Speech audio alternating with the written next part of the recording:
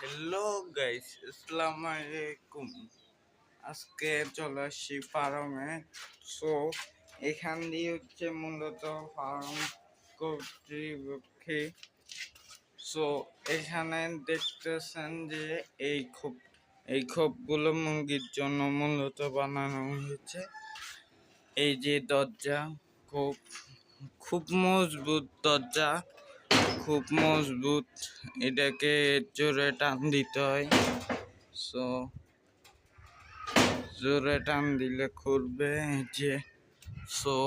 এই যে ট্রেন, এটা আসলে মুরগির খামার দেখাচ্ছি।